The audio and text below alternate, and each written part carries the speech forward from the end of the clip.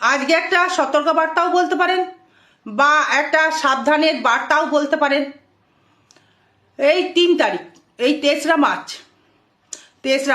2026 এই মঙ্গল কিন্তু প্রবেশ করছে শতবিশা নক্ষত্রে। এই শতবিশা নক্ষত্রে মঙ্গল যখন প্রবেশ করে গেল, সেখানে একটা অঙ্গারক দোষ সৃষ্টি করলো। মঙ্গল আর রাহু মিলে, রাহু কিন্তু শতবিশা নক্ষত্রেই রয়েছে। তাই রাহু মঙ্গল যখনই শতবিশা নক্ষত্রে একই কন্টাক্ট জায়গায় তৈরি হয়ে গেল, তাই কি ফল একটা বা বিস্ফোরণ হতে পারে। কোন কোন রাশির ক্ষেত্রে, কোন কোন লগ্নের ক্ষেত্রে সাবধান অবলম্বন করতে হবে এবং কেনই বা করতে হবে।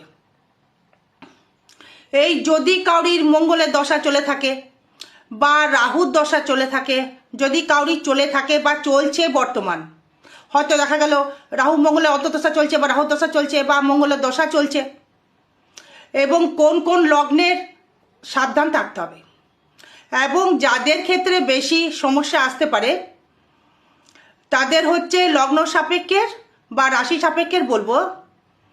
এই প্রথমে আসবো মেষ রাশি বা মেষ লগ্ন নিয়ে। মানে একটু সাবধান কিন্তু হয়ে যান, এই সাবধান থাকুন। ইনকাম হয়তো আপনি পাবেন, লগ্ন অধিপতি 11-এ ইনকাম হয়তো পাবেন, ফাটকা অর্থ হয়তো পাবেন, কিন্তু শরীরের দিকে কিন্তু খুব খরতম কিন্তু দৃষ্টি রাখতে হবে। বিশেষ মানে ভিডিওটি স্কিপ করবেন না, সাবধান থাকতে হবে। আর কোন রাশি কোন লগ্ন? কর্কট রাশি কর্কট লগ্ন, খুব সাবধান থাকুন। 23 মার্চ থেকে সাবধান থাকতে হবে। যেহেতু মঙ্গল ঢুকে যাচ্ছে শতবিশা নক্ষত্রে, রাহু নক্ষত্রে, রাহু মঙ্গল সবাই জানেন যে একটা অঙ্গারক দৃষ্টি করে। রাহু মঙ্গল কিন্তু ভালো নয়, রাহু বুধ ভালো, কিন্তু রাহু মঙ্গল কিন্তু একত্রিত হয়ে যাওয়া বা একই নক্ষত্রে প্রবেশ করে যাওয়া, এটা কিন্তু একদমই ভালো নয়। কর্কট রাশি কর্কট লগ্নের ক্ষেত্রে খুব সাবধান থাকতে হবে।